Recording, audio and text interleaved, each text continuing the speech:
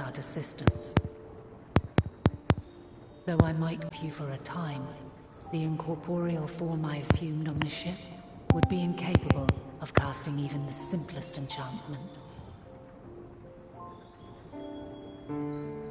It is in the depths of the ethereal sea, the place to which all life returns, where my influence is greatest. After Menphilia's sacrifice on the first, it was to the sea, here in the source, where I ferried her soul. I wished that gentle spirit to find rest in the world she loved so well. Her, and another who may yet have a part to play, though that will depend on you. Take the flower, walk free, for you are free, to go where you wish, to believe what you will.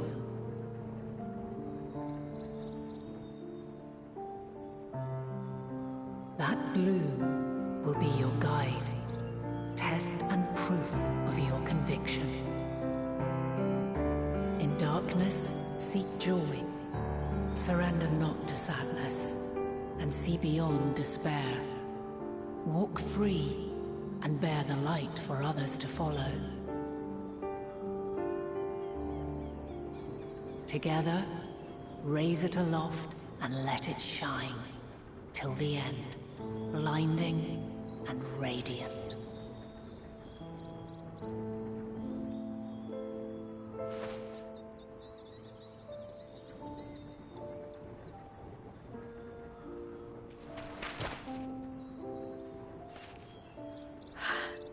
That was all too brief. Already she seems so far away.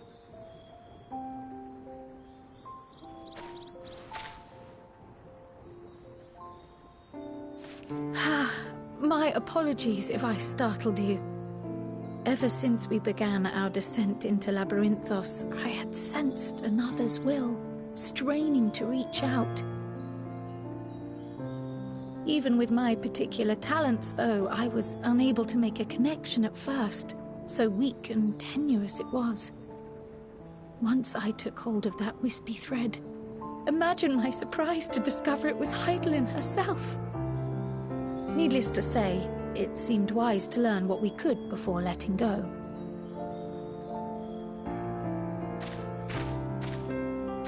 Her answers were more cryptic than I would have liked, but at least she left us with a guide of sorts, that unusual flower.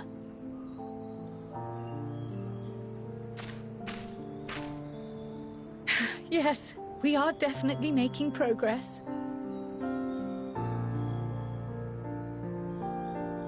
You can't be serious! We've done nothing wrong!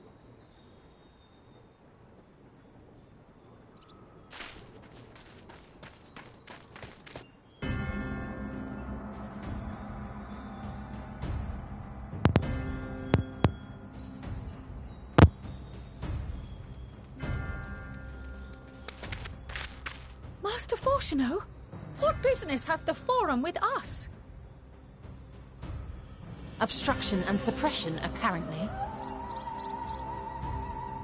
Mistress Baldessian, our records show you facilitated the Scions' entrance into Sharlayan by claiming them as assistants for your organization.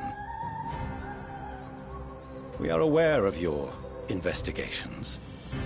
After alerting the major institutions to the presence of potential troublemakers, we received word from an Archean custodian. A group operating under the auspices of the students, skulking about Labyrinthos and engaging in clandestine behavior. Clandestine? We may not have entered Sharlayan as Scions, but we did naught to conceal our identities. Our only purpose in this city is to seek the truth. I can think of no reason why our actions should warrant the Forum's intervention. 'Tis not our way to discourage the pursuit of knowledge, but the timing of such pursuits must be considered, not to mention their potential impact. With the world in chaos, we, the true caretakers of wisdom, have committed ourselves to an undertaking that demands the utmost discretion. And we will not risk its success by turning a blind eye to disruptive foreign elements in our midst.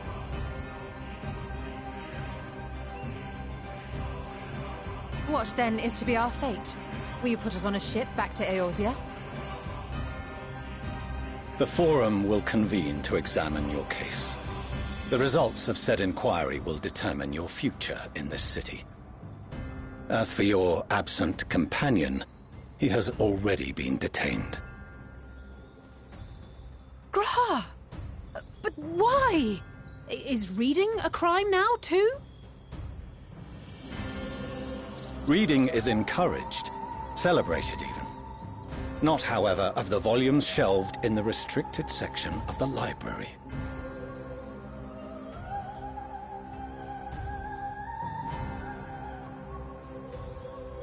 Refusing to comply will only make matters worse. Let us instead treat this as an opportunity to open a dialogue with the Forum.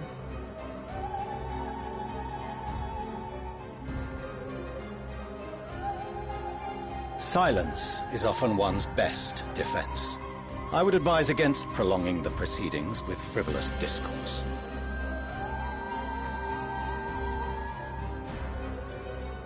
But enough. This is not the place for debate. The rostra await.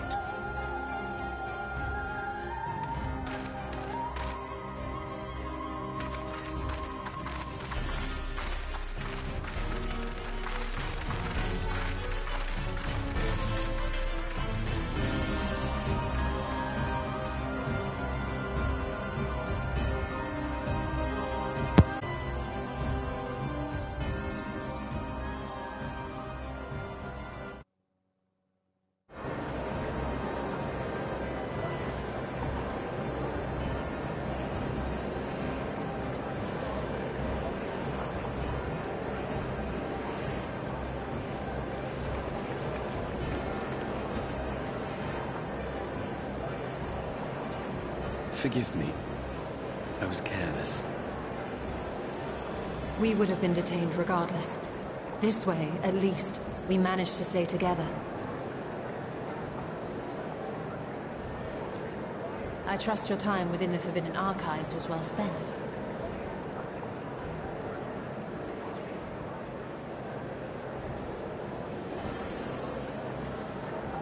The Forum will come to order! This inquiry is now in session. As Speaker-elect, I will be presiding over the day's proceedings. Master Fortuner, would you be so kind as to restate the matter which compelled you to summon your colleagues with such urgency?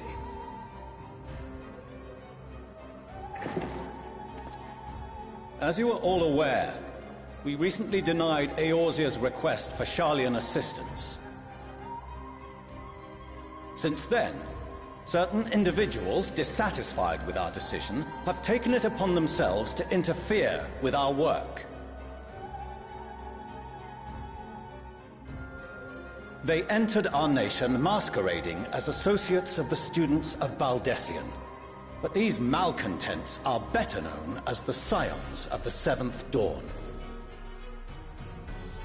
These militants wield influence with both the Eorzean and Eastern alliances, and are inextricably involved with the crises presently afflicting the world at large. Loose in our city, these warmongers sought to meddle with and expose matters of state secret. What are they, if not a dire threat to be expelled?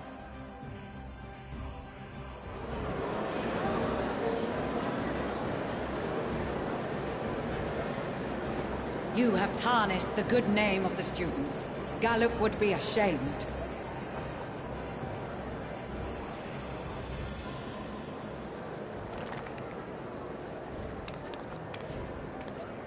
Galuf Baldessian was never one to forsake his fellow man. Even if this nation closed every door and retreated from the world, he would have found a way to help the Scions, help every soul of this star fight back against the coming doom.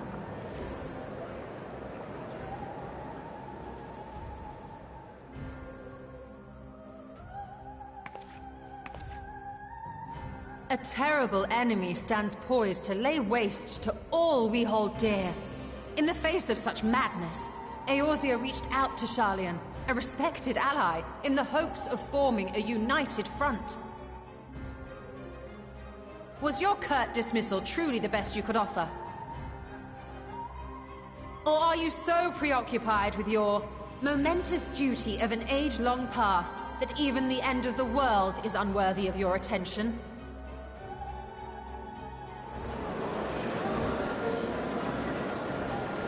Whence came this revelation?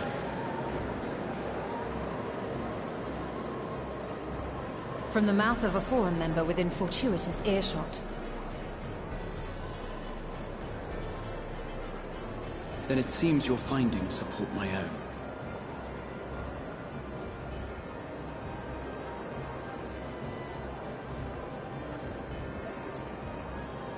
The reason I visited the restricted shelves was to study records of the Forum's policymaking process, to better understand the historical trends underlying their most major decisions. At first glance, the positions of neutrality in war and the accumulation of knowledge above all else appear constant and consistent, the unchanging pillars of Sharlayan society. And once upon a time, I might have left it at that. These days, however, I am more attuned to the subtleties of governance, and so I noticed something odd.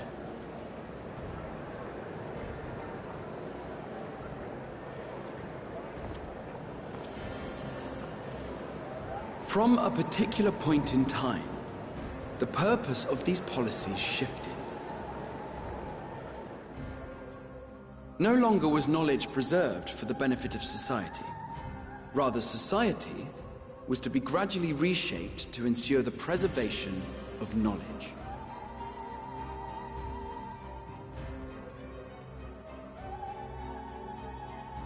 The most conspicuous and telling change was the one which befell Labyrinthos. Once little more than an oversized storehouse, an enormous allocation of funds saw it transformed into an advanced research and archival facility. I also discovered a fascinating account on the finances of our Dravanian colony. The settlement attracted students from far and wide, and the connections and tuition fees thus acquired were funneled into further improvements for the archives. Now, there is no question that our nation's progress is tied to the acquisition of wisdom. Nevertheless, the vast resources diverted for this purpose borders on the obscene. But returning to the matter of when, our change in course appears to have been made some 270 years ago. The very same period when Sharlayan scholars in the hinterlands began a formal study of the ethereal sea. You found something, did you not? And whatever it was, gave rise to your oh-so-important duty. Mind your tongue, Archon. If you had seen...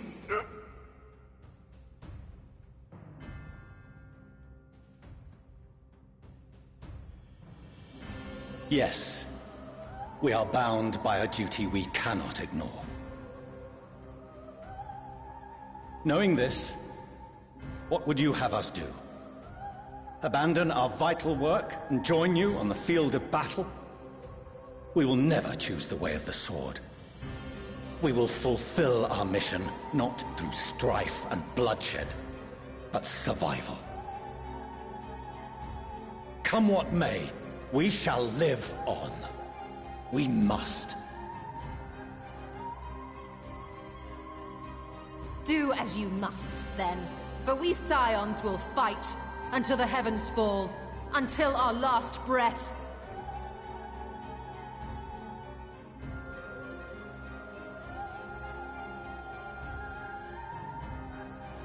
Such misguided zeal.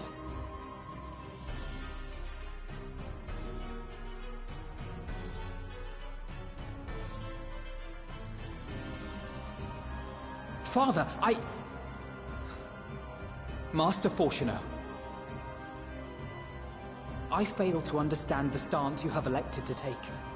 But by the same token, I have yet to find a compelling argument to counter the challenge you put to us in Gridania.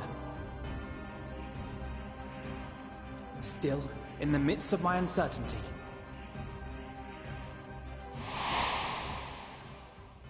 I must trust in myself to do what is right, as others have chosen to trust in me.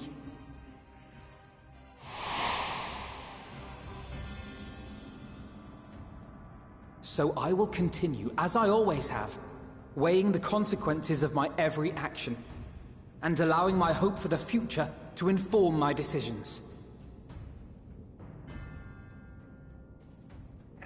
That's quite enough. Have you all forgotten the reason for this assembly? Skolok Monteshane.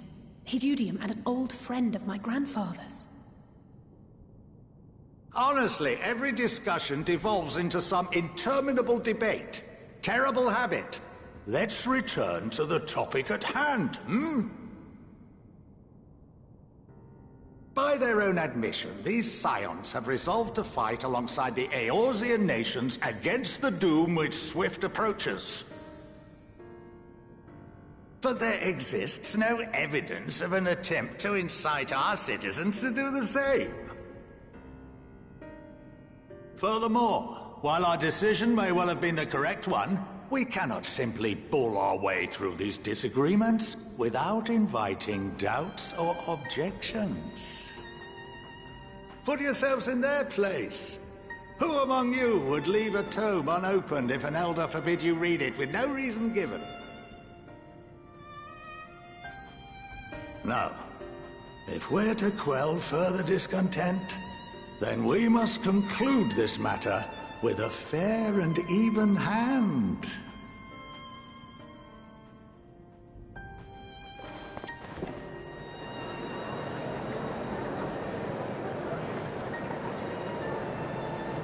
Order! We will have order!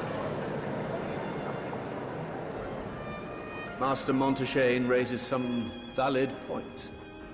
Keeping such concerns in mind, I propose we enforce the following measures. Until further notice, the students of Baldesion are to cease any and all activities within the domain of Sharlayan. You will also refrain from any further investigation into the Forum's decisions and duties. Failure to comply with these restrictions will result in the immediate expulsion of your Scion associates.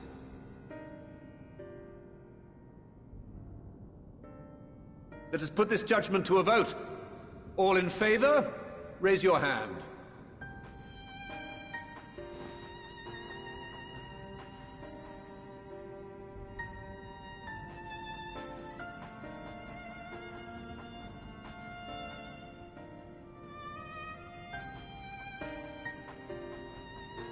I count 51 for and 48 against. The proposal is passed. Students, Scions, you have heard the Forum's judgment. Pray abide by it, or face the consequences.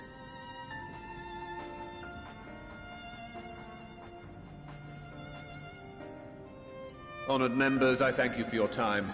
This inquiry is concluded.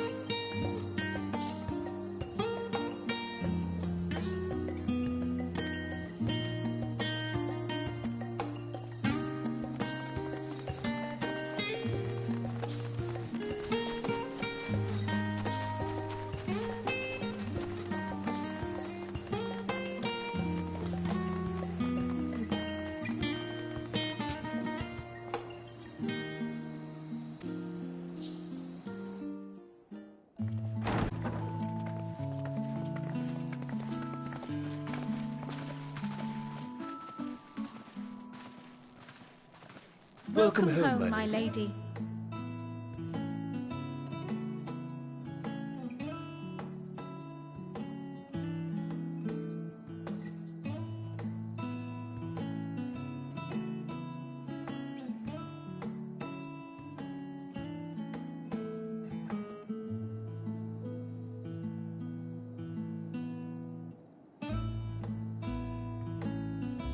What? What are you gawping at?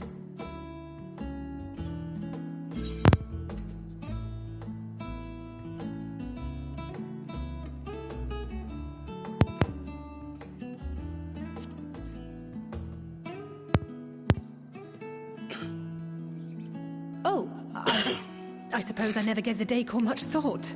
I'm glad that you approve, I think. Rich ass. You got that bread, look at all them damn servants. Lord Fortuneau is not to hear of this visit.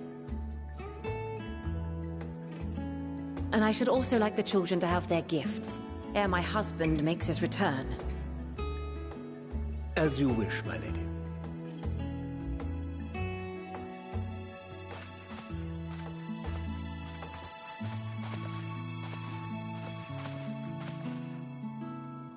Master Alphino, Mistress Alice, if you'd accompany me upstairs.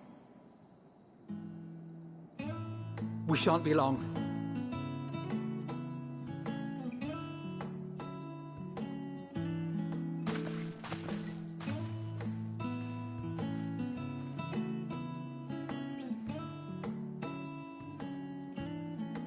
The twins have been sending letters home from time to time, recounting their latest adventures. I am sure they withhold certain details, of course, if only to keep me from worrying. Yet a mother worries all the same. In the early days especially, I tried to support them as best I could, sending the Scion's coin and other such donations. Fortunately, they have found the strength to overcome adversity time and time again. Their words grow more confident with every letter, their depictions more vivid. The triumphs and defeats, the joys and sorrows. It is clear that they have come to find value in every experience. But of those they treasure most, it would seem that meeting you might be the most impactful.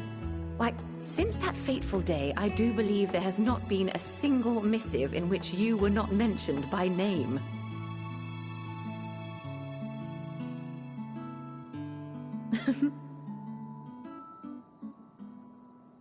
"'Tis plain they care for you, and I am glad they have such a steadfast companion watching over them.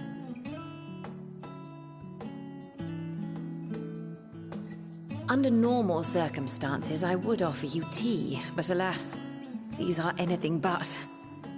In any event, why don't you keep me company whilst we await my children's return? Perhaps you might regale me with a tale or two of your exploits."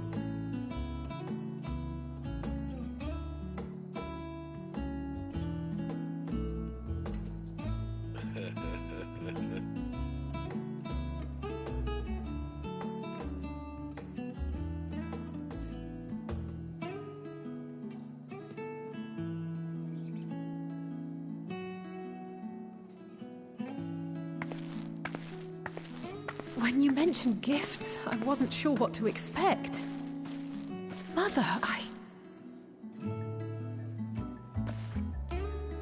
Oh, look how well it fits you.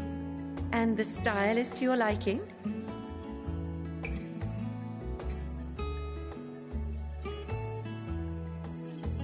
It's perfect. Exactly what I would have chosen. But please, tell me you had something different made for Alphino. Naturally. You are hardly little children anymore. And while I shall miss dressing you in those precious matching outfits, I must respect the individuals you have grown to become. See for yourself.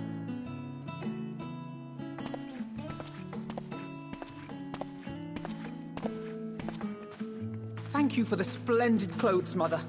Stylish, comfortable, and eminently practical. I am so glad you like them. They are, however, missing one final touch.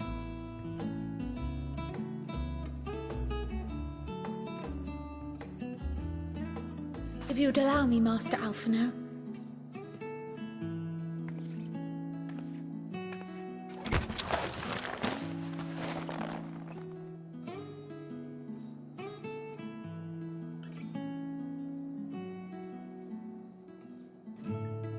Wait. Are these... A sage's tools of the trade. They belonged to your father.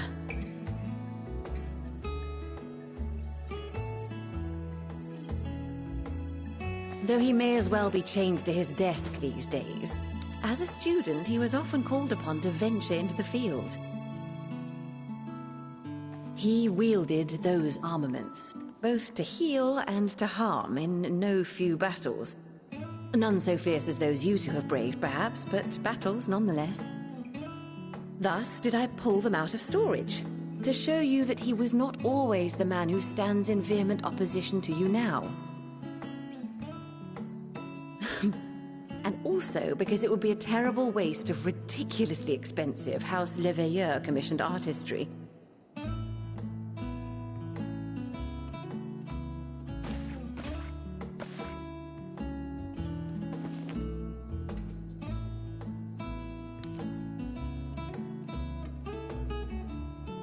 I am told these devices are quite difficult to master, but someone of your extensive experience should soon have them darting about with grace and aplomb.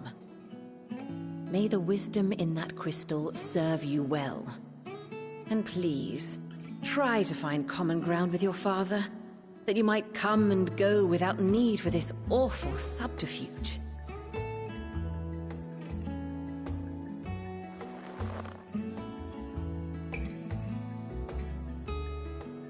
We will, Mother. I promise. My final gifts to you, before you run off, are an observation and a suggestion. Firstly, Fortunato has ever been a serious man, but it was only after you were born that he truly lost himself in his work. I may not know the Forum's inner workings, but I know your father's. The timing of that change in him holds some significance. Secondly, do not seek to best your father with words. Far better that you simply show him.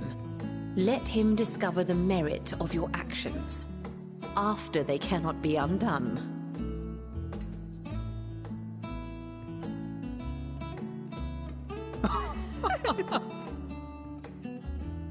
Oh, Mother.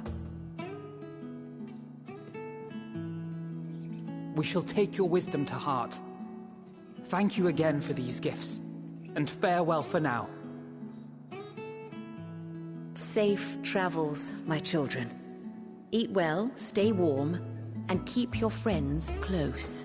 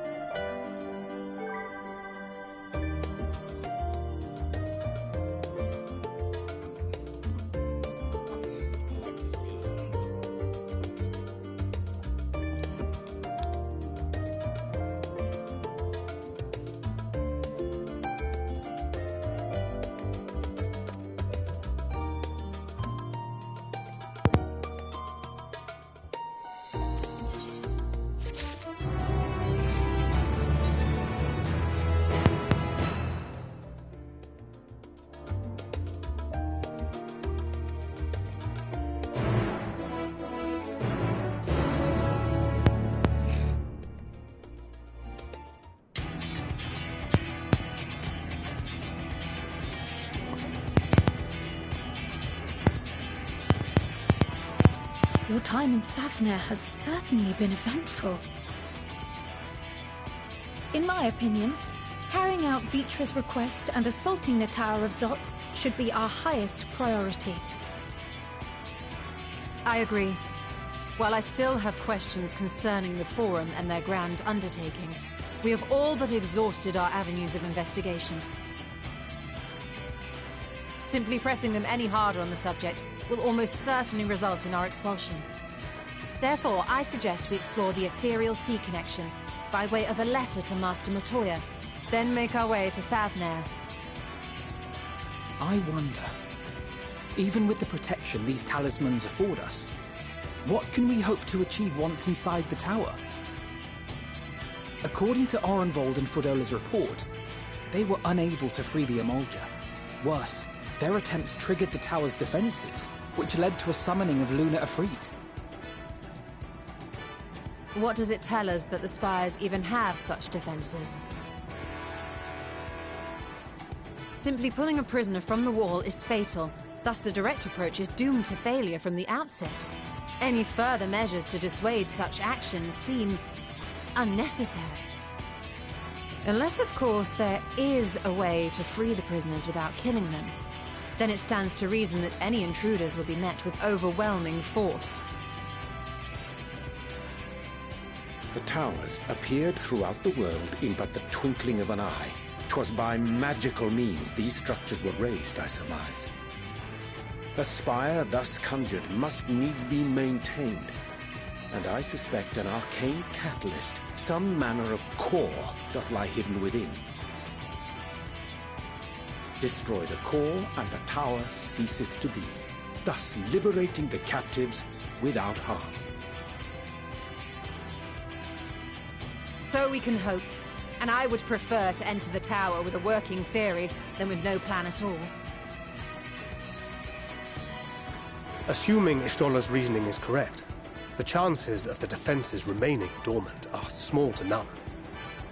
Any primals will have to be dealt with, and defeating one will likely only lead to the summoning of another. Our every victory will only compound the prisoner's suffering. May we not then divide our forces? Those proficient in healing will focus on sustaining the captives. That duty can be covered by Urianger, Kryl, Yostola, and myself. The remaining scions will proceed with the search for the core.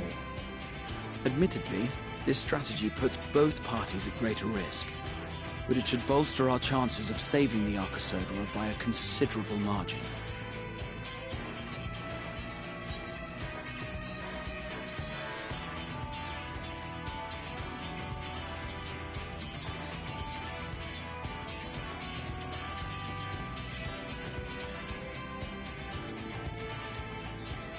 That she does. But I think Alize herself would assert that she's at her best when she's charging onto the breach. And from what I recall from the Grand Cosmos, there's a spring in her step when she fights by your side. Ye gods, will you never let me hear the end of that? Rest assured that I will do what is asked of me, regardless of who I happen to be standing next to at any given time.